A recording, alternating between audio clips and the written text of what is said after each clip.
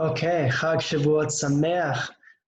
Giving tomorrow a Shiur, a Torah class on the teachings of Rabbi Asherov, Jewish health and wellness. And I'm going to do a little bit of a test run tonight, record this here. And I'll just tell you the idea of my class. So there's going to be a lot of Rabbanim speaking before and after me. So this year I want to make it a little bit less of a lecture and a little bit more of a open it up as a discussion for how we can make a healthier Jewish world, Jewish community, with so much, such a crazy year in terms of health things going on in the world. It's really important now that we start to focus on our physical well-being. And I want to open it up to people to just suggest ways that we can, as a community,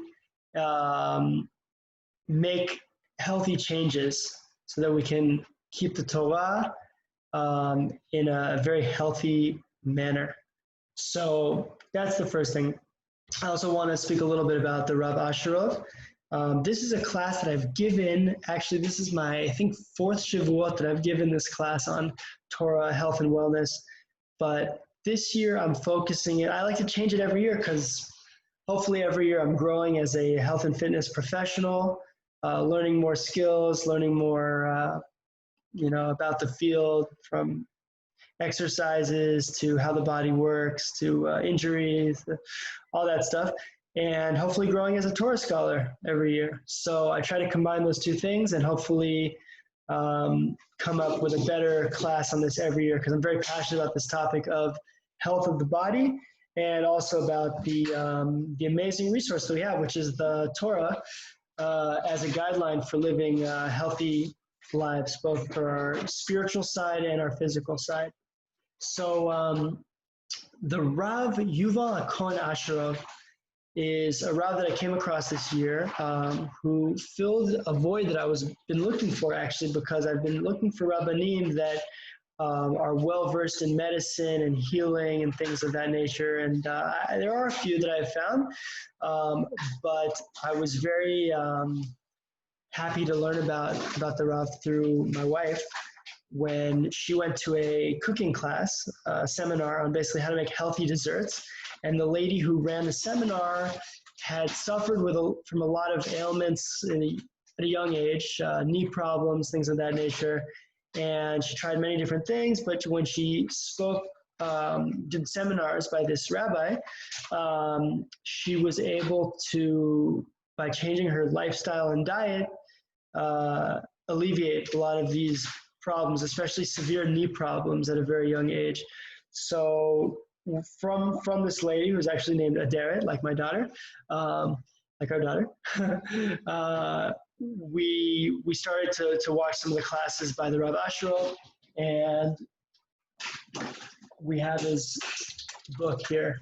This is one of his books here on health and wellness. So I'll get into some of his principles that he teaches.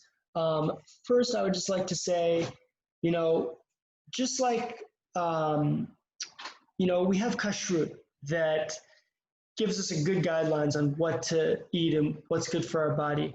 But in today's day and age, with a lot of the chemicals that are now in foods for preservative reasons and food colorings that make the food look nice and more appealing for people to buy, unfortunately, even if a food has a mahadrin hechsher, it can still have a lot of artificial things in the food which can do some serious damage to our body.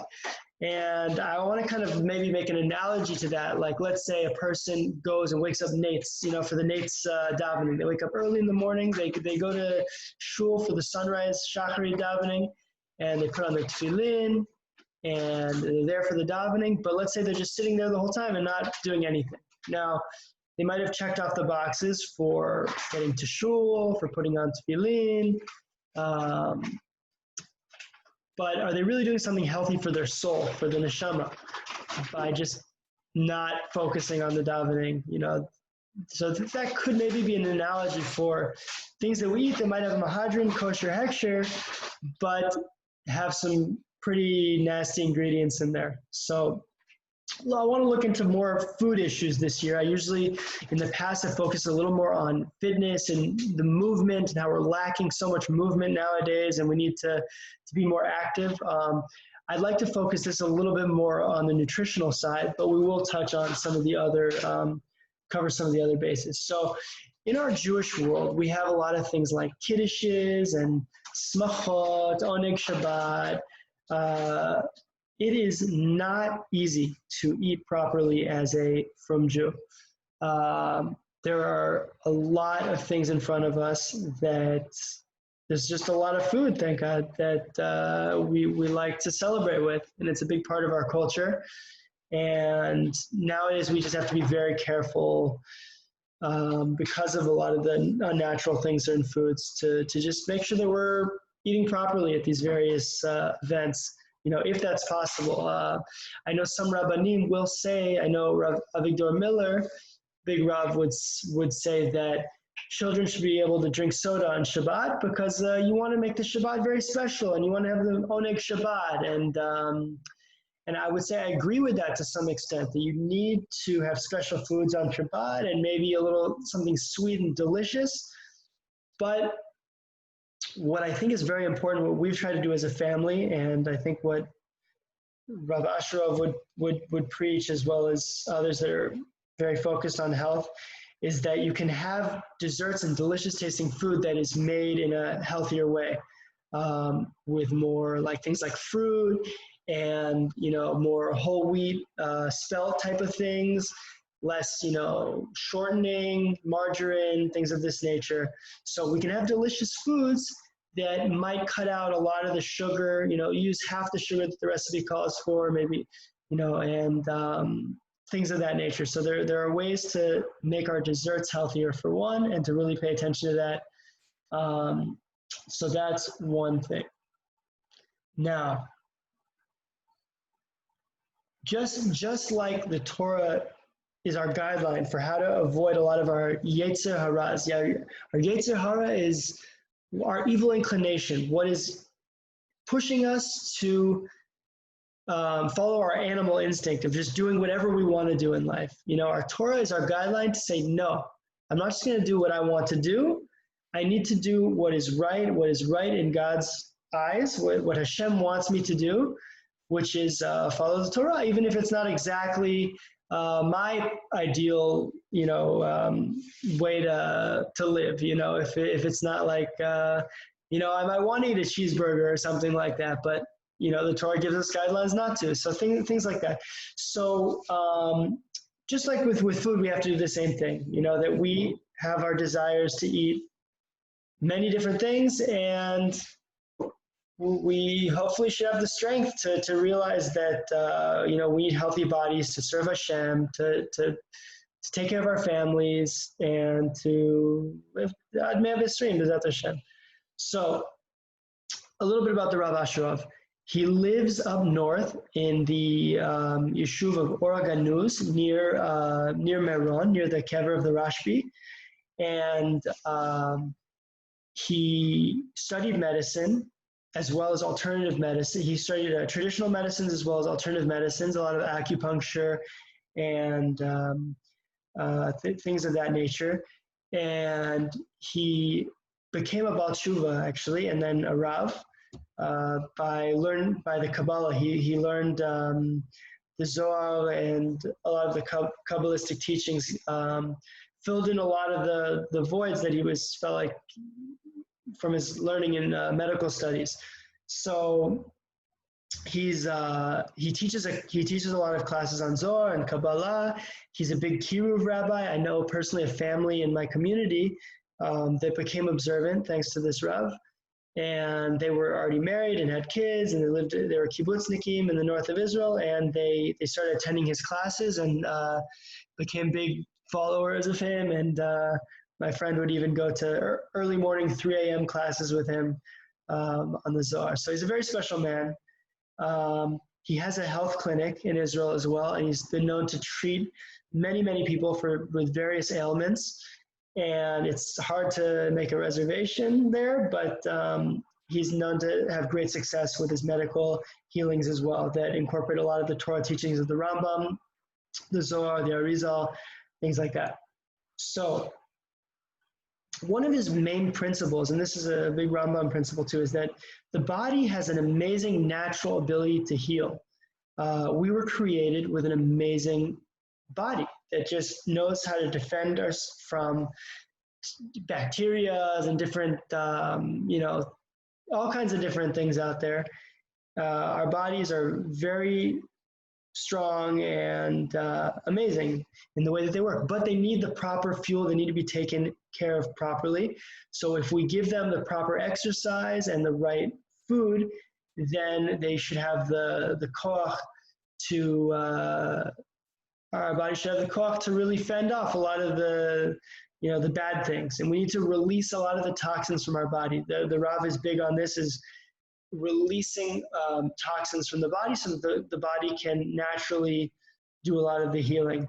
So I want to, I've touched in past years also on just, we overeat too much, so we need to eat less, we eat too much processed foods, we don't move enough, sedentary lifestyle. These are all big issues. And again, this year, I want to go a little bit more in the direction of nutrition and some maybe unconventional things that the Rav teaches. I haven't finished this whole book, and I have a lot more to learn from him. I can't say I'm extremely knowledgeable about his teachings, but these are just a few interesting points. Now, our skin is a very unique, our skin is a very important protective layer for us. And the Rav talks a lot about how we need to really protect our skin. First of all, sweating, and when we work out, and sweating is really a great way for releasing toxins. And so it's good to sweat. And when we do things like hot showers, hot water, not so good for our skin.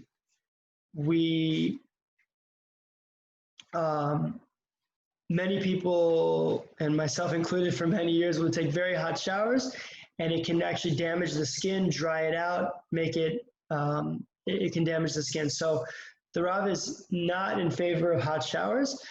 In fact, cold showers do the opposite. Cold water is very good for our body. The Rav has said that the cold water makes the body like metal, like iron actually. It makes the guf como barzel.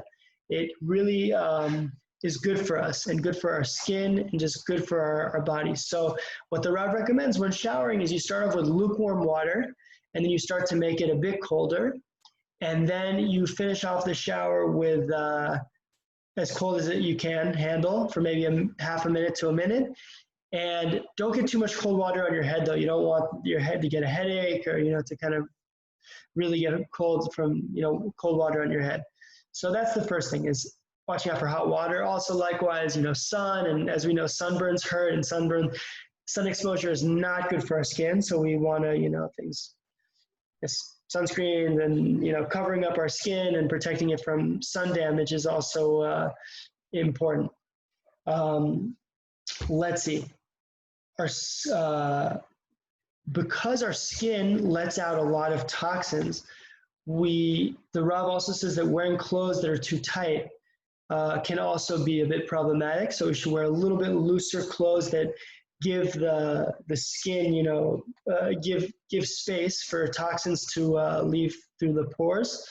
So that's something to pay attention to. And let's see, just some spices I've heard that are good for skin is like turmeric. I hear is good for recovery after soreness, and also can be good for the skin. So just as a little side note. And let's see, coffee. Okay, so this is wow, people are not going to be happy with me after this class, but coffee is also not, the Rav does not encourage drinking coffee. And this was always a big debate in my studies as a fitness professional. Different classes, different teachers I had would say coffee is good and it's antioxidants and it, it's good what it does to your mind. And then you see articles that it's not good and it's with high blood pressure and it, with stress and things like that. So the Rav errs more on the side of coffee not being a good thing. And to be honest, more fitness professionals, more people out there recently that I'm hearing about are tending to say that coffee is not such a great thing. Even without the milk and the sugar and things like that, it's still a bit of a drug that ideally should be avoided, even though I know that a lot of our world and Jewish world runs on coffee. There's a book, I haven't read it yet, The Caffeine Blues, I heard recently. I'd like to read it. So anyway, so the coffee apparently does a bit of skin damage too, according to the Rav, that it can also contribute to drying of the skin, making the skin kind of like leathery and not so good for our skin, which is essential for letting the toxins leave our body. So he's not such a big fan of coffee. Now, a question with the coffee, and I want to open this up to my group tomorrow also, is sometimes we need that energy. We live in a fast-paced society. People are working. We're with our kids. We need to wake up early. We're running on probably not as much sleep as we should. And so we use coffee to kind of carry us through the day. And the question is, if coffee, we want to ignore the fact that maybe coffee could be bad for us because it kind of can help us get through our days and, help us be energized and things like that. But if it's not, what are some alternatives to drinking coffee that can get our energy up, So the most obvious one is we need to sleep better. The Rambam, I believe, would say that 8 hours of sleep is best for a person. I can attest that during most of the Corona period, I was sleeping a bit more at night, and I did feel a bit better during the day. So, sleeping at night, that's one thing. But if you're exhausted, if you're able to take a quick power nap, sometimes 20, 30 minutes, can really be a great thing. But I know we don't always have the luxury of that, especially in work and throughout the day. It's not always easy. Drinking a lot of water, a lot of our fatigue can be from dehydration. So that's something that's crucial. And there are also other natural things like ginger and almonds and, there are some foods that are known to give better energy. But I think really the main thing would just be sleep, which a lot of us don't get a good night's sleep. Could partially be because of our addiction to screens. It's known that the screens, I'm guilty. I'm doing this at 11 o'clock at night right now. But looking at screens is not great for our sleep. Little prop that I have right next to me. Actually, these are filtering glasses for screens at night that can supposed to help with the sleep a bit. Cuts down on the blue rays. So anyways, so we don't usually get the quality sleep, and then we rely on coffee. So maybe cutting coffee out of our, could be a good thing. Not to mention that a lot of sugar and fatty things are added to the coffee that don't help us out as well if we're trying to, stay in shape. So let's talk about food next. The Rav's philosophy on food is, I know we don't always like to say this extreme word, but more of a vegan lifestyle. By the way, Rav Kook was also a vegan, and what sounds better is plant-based diet. Now, eating foods that are fruits and vegetables, mostly fruits and vegetables, things that are not meat and dairy.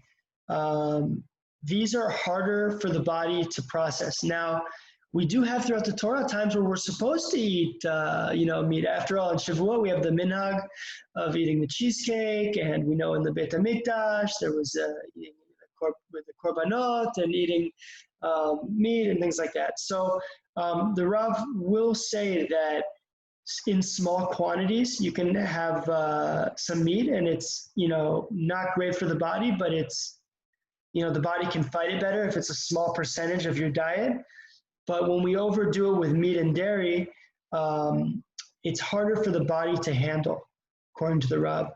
And so, more fruits, more vegetables. By the way, speaking of skin, as we spoke of before, a lot of vitamins and minerals really in our foods are in these fruits and vegetables, and that's good for our skin, which we need again to release the toxins in our body. So again, the Rav is not a big fan of meat and dairy, even though admits that for Shabbat and Chagim and different things like that, then maybe it's okay to have a little bit for the Likvod Shabbat or Chag, but to do so in moderation, because our bodies have a hard time handling this, and we like to deny this too, but there's a lot of calories and a lot of fat in these things, and it doesn't help us necessarily if we're trying to stay thin and lean.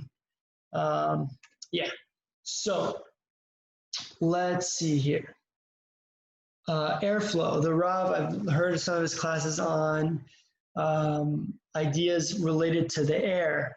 Very important, you have good air quality around you. Airing out rooms, not just being in a locked room with the air conditioning on like a lot of us like to do, just, nice and cold, or the opposite in the winter, nice and heated and the air just standing still. You want to keep an airflow. The Rav is very big on, keeping windows open when you can, and letting cross breeze, letting air not stay stationary, keeping it moving. This can help us. So these are just a few of the teachings. Again, I'm just learned about the Rav a few months ago, and I'm still learning. I try to really incorporate some of his teachings into my lifestyle, and I would definitely like to learn more. A little bit of a recap, just in the past years, what I've talked about, a little bit, some interesting things. We should be running. If we run to shul, it's praiseworthy to run to shul, to get to the Beit Knesset quickly and leave slowly. So for a while I was running to shul in the mornings, and it's definitely a good feeling. Let's see, when you're choosing a shul, if you're torn between two shuls to daven at, you should actually choose the further one, it says, halacha. And we learned that one of the brachot, one of the blessings of living in Eretz Yisrael, is that we should be, and keeping the mitzvot in Eretz Yisrael, is that we should be satiated from our food.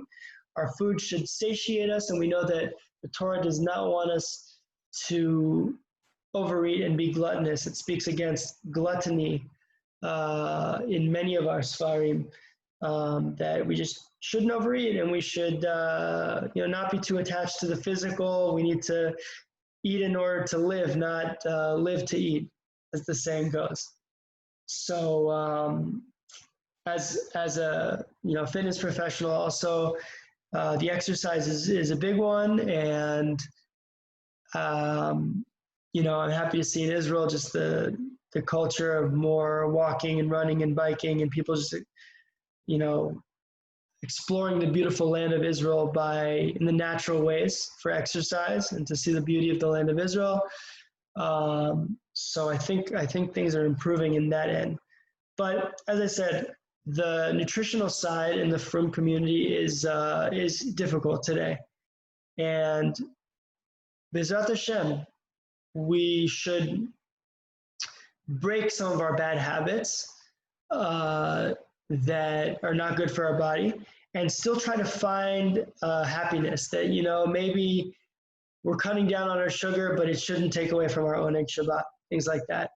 And we don't want to drive ourselves crazy, always thinking about what we can and can't eat, and But in this day and age, it's very important to be attuned to that, because we don't get as much movement as past generations. We can work from our home, from the computer, and you're just missing a lot of steps. If you wear a watch that tracks your steps, we see that the steps really go down when you work in that setting. So B'ezrat Hashem, again, we should be attuned to our eating, our sleeping, our exertion physically.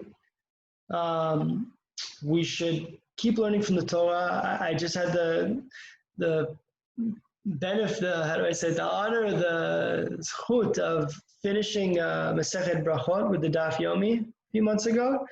And in Masechet Brachot, there was a lot of nutritional information, a lot of focus. We see how our Chazal would focus so much on different foods and what it does to the body, and the effects that the food will have on the body. And they were very attuned to that. They were very, very attuned to the effects of the food on the body. So we should take this into consideration too, and build a strong body, a strong mind, a strong neshama, and we should grow and have a Chag Sameach. Bezrat Hashem, there should be a lot of Briut in the world. And thanks for listening.